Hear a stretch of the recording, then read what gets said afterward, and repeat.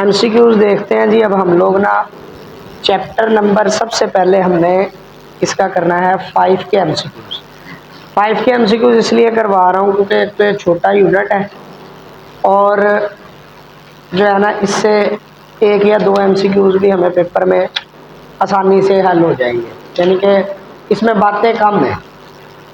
ठीक है जी। सबसे पहले नंबर पे पेपर में जो है ना सबसे पहले डेफिनेशंस के हवाले से देख लेते हैं कि क्या डेफिनेशंस है इसकी। उसने कहा लीनियर इनइक्वालिटीज़, इसको आपने ना पेज पे किसी पे लिख लेनी है। लीनियर इनइक्वालिटीज़ क्या किसे कहा जाता है? द इनइक्वालिटीज़ कंटेनिंग 4 सिंबल्स, या इसकी आप डेफिनेशन यूँ लिखेंगे द एक्सप्रेशंस यहाँ से containing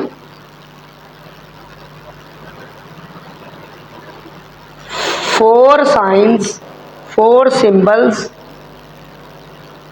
4 symbols greater than, less than, greater than or equal to, less than or equal to is called inequality, is called inequalities। Inequalities की डेफिनेशन क्या होगी? द एक्सप्रेशन, एक ऐसी एक्सप्रेशन जिसके अंदर 4 अलामतें हों, लेस देन, ग्रेटर देन और equal to, या अपना लेस देन और इक्वल। ठीक है। अब इनइक्वालिटीज होती क्या है, हमें जो है ना इसके मुतालिक हम यानी कि ये जो है ना अपना हमें देती क्या है, आंसर में क्या चीज़ देती है। अगर उसने ये लिखा है x इज ग्रेटर देन 4, मतलब ये हमें 4 से बड़े तमाम पॉइंट दे रहा है, 4 से बड़े तमाम पॉइंट्स हमें ये दे रहा है। तो इसमें एक इसका सोल्यूशन सेट एक नहीं होता, एक एमसीक्यू जो इससे रिलेटेड आता है कि इनइक्वालिटीज के कितने आंसर होते हैं, कितने सोल्यूशन होते हैं, इसके इनफाइनाइट सोल्यूशन होते हैं। क्यों? 4 से बड़े सारे नंबर इसमें शामिल होते हैं, यानी 4 से लेकर इन्फिनिटी तक, प्लस इन्फिनिटी तक। अगर 4 से बड़े हम कह रहे हैं तो इन्फिनिटी के साथ हमेशा छोटी ब्रैकेट यूज होती है। अगर नंबर के साथ इक्वल टू लगा हो तो बड़ी ब्रैकेट यूज करनी है आप। अगर यहाँ इक्वल टू ना लगा हो तो आपने छोटी ब्रैकेट ही यूज करनी है। एक एमसीक्यूज हमारा ये भी आता है इम्पोर्ट, यानी कि वो कहता है कि बताएं कि इसके सोल्यूशन कितने होंगे। तो इनइक्वालिटी के सोल्यूशन इनफाइनाइट होते हैं, नंबर 1 बात। नंबर 2 बात, जो ये इनइक्वालिटी है इसके सोल्यूशन को कैसे लिखा जाता है? ऐसे लिखा जाए, 4 से अगर बड़ा हो तो प्लस इन्फिनिटी, 4 से छोटा हो तो फिर लिखा जाएगा 4 से माइनस इन्फिनिटी। और इन्फिनिटी के साथ हमेशा छोटी ब्रैकेट यूज होती है। ठीक है। और नंबर के साथ अगर यहाँ इक्वल टू है तो बड़ी ब्रैकेट लगाएंगे, अगर इक्वल टू नहीं है तो छोटी ब्रैकेट ही लगाएंगे। ये देखिए मैं 4 तरह की लिख देता हूँ। ये कुछ इंपॉर्टेंट पॉइंट है चैप्टर नंबर 4 में से जो वो एमसीक्यूज में ज़्यादातर पूछता है। आप देखेंगे नंबर 1 वो कहता है कि इनइक्वालिटी के कितने सॉल्यूशन होते हैं? इनइक्वालिटी के इनफाइनाइट सॉल्यूशन होते हैं, सॉल्यूशंस। और ये जो इनफाइनाइट सॉल्यूशंस हैं इनको लिखा कैसे जाता है? अगर वो कहता है कि 4 से बड़े हैं तो आप लिखेंगे 4 से लेकर प्लस इन्फिनिटी। इन्फिनिटी के साथ हमेशा छोटी ब्रैकेट यूज होती है। अगर नीचे इक्वल टू का साइन नहीं है तो यहाँ छोटी ब्रैकेट, अगर इक्वल टू का साइन हो तो फिर यहाँ पर बड़ी ब्रैकेट। ठीक हो गया। फिर इसी तरीके से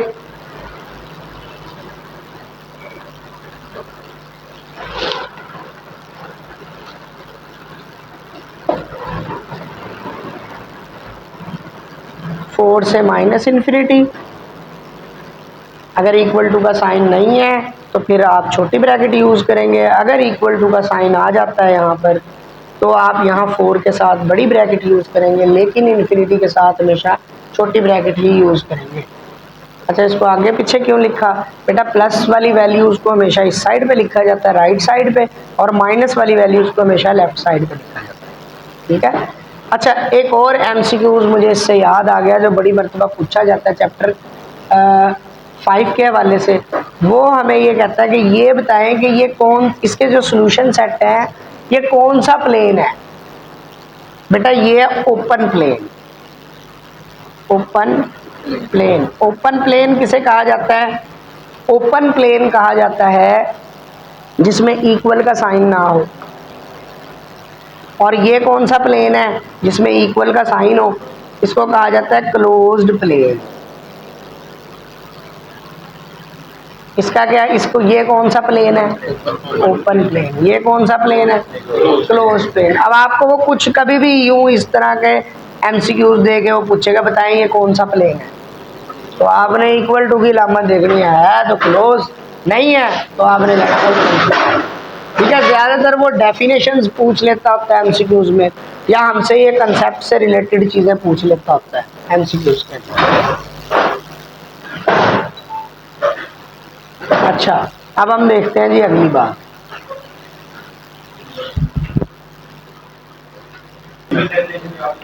अच्छा जी, अब इसमें कौन कौन से पॉइंट आ गए जी? सॉल्यूशंस के हवाले से आ गए, प्लेन के हवाले से आ गए, फिर उसके बाद अच्छा जी देखिए, अब हमने जो है ना ओपन प्लेन और क्लोज प्लेन के बारे में और इसके सेट को कैसे लिखा जाता है, इसके सॉल्यूशंस को कैसे लिखा जाता है, ये चीज पूछ लेता है।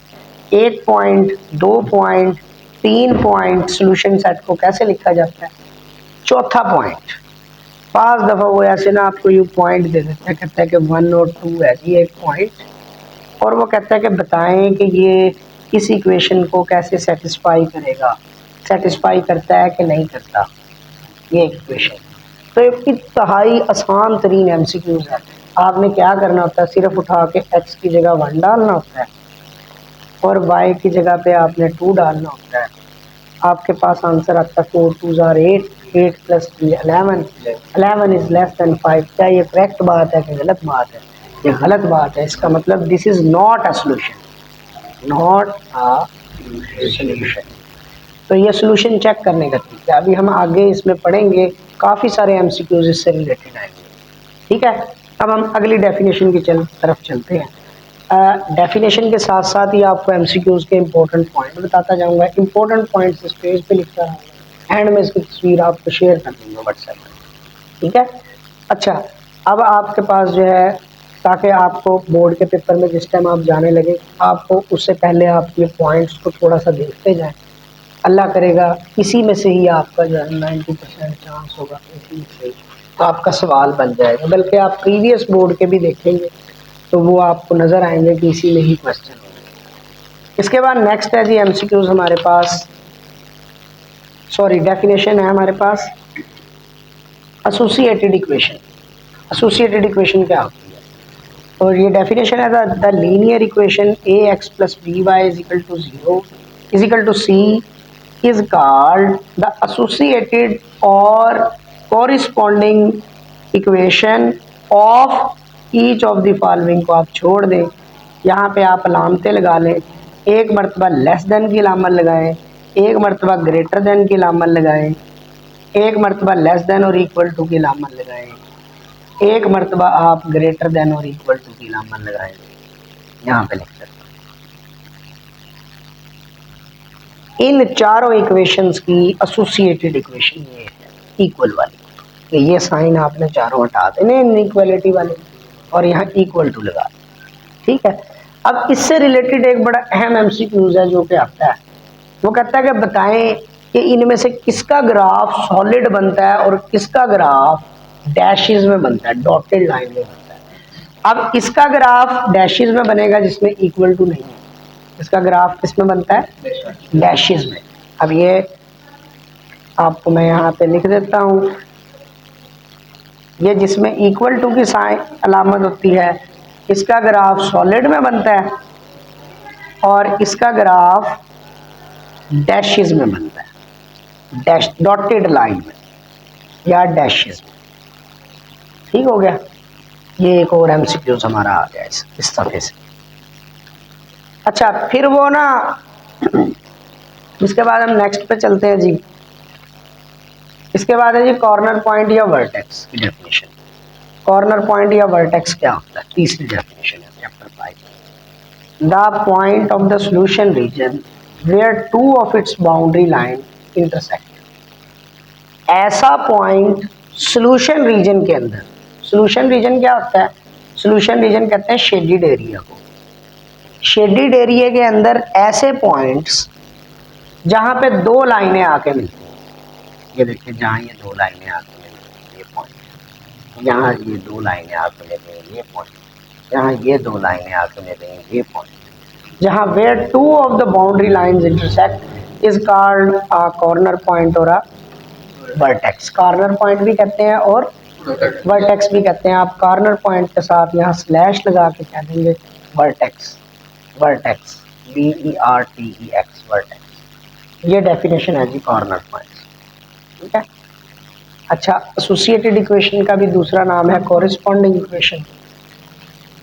इसके बाद नेक्स्ट डेफिनेशन हम, इसके बाद है जी प्रॉब्लम कांस्टेंट क्या होता है? प्रॉब्लम कांस्टेंट होता है if we express over daily life problem, express over daily life problem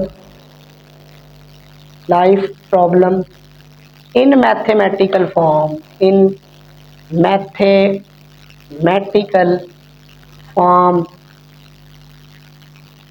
then it is called problem constraint। अगर हम अपनी डेली लाइफ प्रॉब्लम को मैथमेटिकल शक्ल में लिख दें तो उसको प्रॉब्लम कांस्टेंट कहा जाता है, ठीक है। अब आप कहेंगे जी हमें कैसे पता चलेगा जी, हम कैसे अपनी डेली लाइफ प्रॉब्लम को जो है ना मैथमेटिकल फॉर्म में लिखें? इसकी मैं आपको एक एग्जांपल देता हूँ। फर्ज किया अगर आप के चार दोस्त हैं और वो कहते हैं आपकी बर्थडे है, वो कहते हैं हमें पार्टी दो। आप सबसे पहले नंबर पे अपनी जेब की तरफ देखेंगे कि आपकी जेब में कितने पैसे हैं, ठीक है। फर्ज किया अगर आपकी जेब के अंदर 200 रुपया है तो आप यहाँ पे लिखेंगे 200। आप 200 रुपये तक ही खर्च कर सकते हैं, 200 से ज़्यादा पैसे खर्च, 200 से ज़्यादा पैसे आप खर्च, तो आप लिखेंगे 200 से लेस देन या 200 के इक्वल, ठीक है। हम उन पे खर्चा 200 से कम कर सकते हैं या 200 के बराबर कर सकते हैं।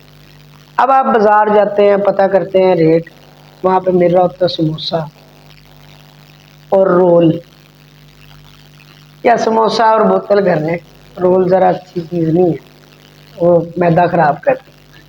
अच्छा, तो जो है ना अगर आपको समोसा और रोल मिल रहा है, अब आप वहाँ बाज़ार जाते हैं तो पूछते हैं कि हाँ भाई समोसे का रेट क्या है? वो कहता है भाई 20 रुपये का समोसा है। आप कहते हैं भाईजान बोतल का रेट क्या है? वो कहता है 25 रुपये की बोतल है। तो आप यहाँ पे आपके पास दो आइटम है, एक आइटम है 20 रुपये की, 20 रुपये का समोसा है, समोसे की जगह आप कह देंगे लगा देंगे X, और आप उससे पूछते हैं हाँ भाई बोतल कितने की है? बोतल 25 रुपये की है, उसकी जगह आप लगा देते हैं Y। अब बेली कितने अपने? 4। अब इन 4 बेलियों में ये चीज़ें या तो 200 से कम खर्चा या 200 के बराबर। आप माइंड में फटाफट सोचेंगे कि मैंने क्या करना है। अब आप इसका सोल्यूशन निकाल लेंगे, जिस तरह आप ये ग्राफ में बनाते हैं, सोल्यूशन निकालते हैं, एक्स इंटरसेप्ट निकालते हैं, वाई इंटरसेप्ट निकालते हैं। अगर आप एक्स इंटरसेप्ट निकाल लेंगे तो इसकी वैल्यू आपके पास आ जाएगी 10, वाई इंटरसेप्ट निकाल लेंगे तो आपके पास वैल्यू आ जाएगी 8। इसका मतलब आप ज़्यादा से ज़्यादा जो समोसे ले सकते हैं वो है 10, और ज़्यादा से ज़्यादा जो बोतलें ले सकते हैं वो कितनी है? 8। अब आप क्या करेंगे जी, इसका आप ग्राफ बना लेते हैं। x की वैल्यू 10 रखते हैं, 1 2 3 4 5 6 7 8 9 10 चले। y की वैल्यू 8 1 2 3 4 5 6 7 8 हो गई। ये आप एक लाइन ड्रा करते हैं। अब इस लाइन पे आप पॉइंट चेक करते जाएंगे, हाँ भाई कि कितनी हमें जो है ना वो इससे लेस रहना है हमने, यानी पीछे पीछे। 10 से ज़्यादा अगर आपने समोसे खरीद लिए तो आपको वहीं बर्तन मांज के आना पड़ेगा, और अगर आपने 8 से ज़्यादा बोतलें ले ली तो भी आपको वहीं बैठ के बर्तन धो के आने पड़ेंगे। तो आपने 8 से कम बोतलें रखनी है और 10 से कम। अब इसमें बेशुमार पॉइंट्स मौजूद है, आपके पास बेशुमार ऑप्शन मौजूद है, जिसमें से एक ऑप्शन ये है कि आप 5 अदद समोसे ले लें और 4 बोतलें ले लें।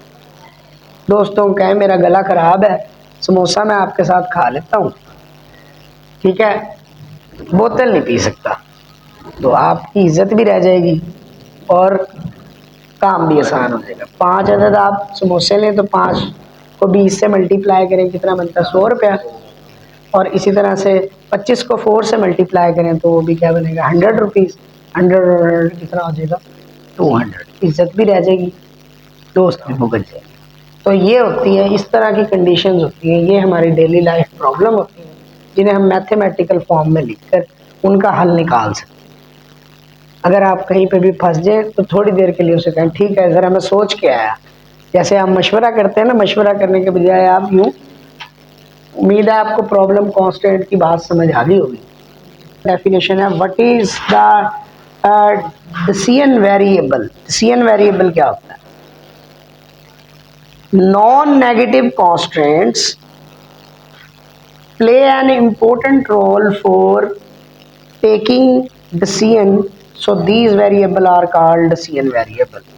तमाम नॉन नेगेटिव जो कांस्टेंट होते हैं, तमाम कांस्टेंट जो पॉजिटिव सूरत हाल में होते हैं, पॉजिटिव वाली जगह पे होते हैं, ठीक है, वो सारे के सारे हमें डिसीजन लेने में आसानी पैदा करते हैं। तो इस तरह के वेरिएबल्स को क्या कहा जाता है? Decision variable. एक डेफिनेशन ये भी हमारे पास इम्पोर्टेंट है। इसके बाद है जी feasible region. A region which is restricted to the first quadrant is referred to a feasible region for the set of the constant। feasible region किसे कहा जाता है? ऐसा रीजन जो कौन से क्वाड्रेंट में हो? फर्स्ट क्वाड्रेंट में हो। अच्छा, each point of the feasible region is called a feasible solution। ये feasible solution की डेफिनेशन है। और feasible solution set क्या होता है? The a set containing all the feasible solution of the system of linear equation is called the feasible solution set। ये 3 definition हमारी इस पेज पे हैं। इसके बाद नेक्स्ट हमारे पास आ जाती है डेफिनेशन एमसीक्यूज। इसके मैंने बता दिए हैं जो है, उससे बाहर एमसीक्यूज आपका मुश्किल ही है क्या है। इसके बाद है a function which is to be maximised और minimised is called an objective function. ऐसा फंक्शन जो किसी भी फंक्शन को ऐसा फंक्शन जिसको हमने मैक्सिमाइज या मिनिमाइज करना हो, ऑब्जेक्टिव फंक्शन कहलाता है। ऑप्टिमल सॉल्यूशन क्या होते हैं? इसके बाद अगली डेफिनेशन है द फिजिबल सॉल्यूशन विच मैक्सिमाइजेज और minimises the objective function is called optimal solution. और फिर एक और डेफिनेशन है theorem of linear programming. Theorem of linear programming क्या होता है?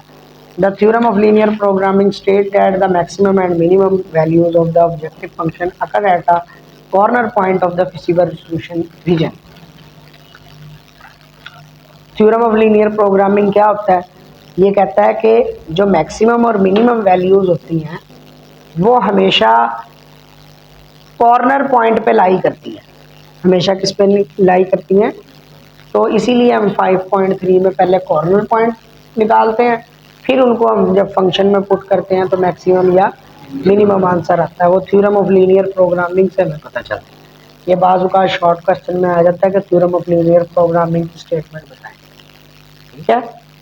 फिर उसके बाद अगला है जी कन्वेक्स रीजन। ये डेफिनेशन ज़रा कंसेप्चुअल है, ये समझने की ज़रूरत है।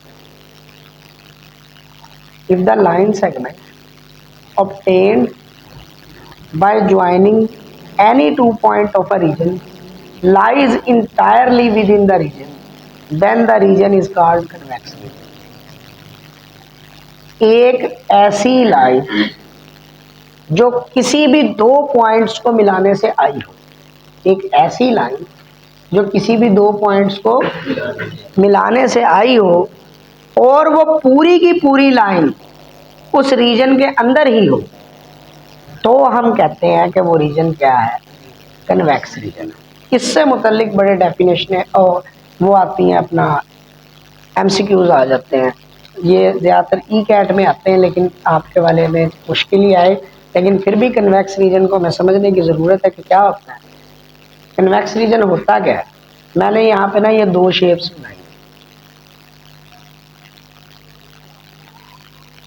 ठीक है जी, कि मैंने यहाँ पे दो शेप्स बनाई। आप क्या करें जी, इसमें से कोई से 2 पॉइंट लें, 2 पॉइंटों से एक लाइन बनेगी। क्या ये लाइन शेप के अंदर है शेप के अंदर। आप कोई से और 2 पॉइंट लें, एक लाइन मिलाएं, क्या ये लाइन है शेप के अंदर है। इसका मतलब ये रीजन कन्वेक्स रीजन है। इसमें कोई से 2 पॉइंट लें, कोई से 2 पॉइंट का मतलब ये नहीं है कि आप ये वाला और ये वाला लें। कोई से का मतलब ये है कि हर पॉइंट लेके चेक करें। ऐसे लेने हैं जिनको मिलाने से आपको लगता हो कि ये लाइन जो आएगी वो रीजन के अंदर नहीं है। अब मैं ये लाइन मिलाता हूँ, देखिए क्या ये लाइन रीजन के अंदर है। ये लाइन का इतना हिस्सा रीजन के अंदर है, इतना हिस्सा रीजन के अंदर है, लेकिन ये वाला हिस्सा लाइन का रीजन से बाहर है, जिसकी वजह से ये रीजन कन्वेक्स रीजन नहीं है।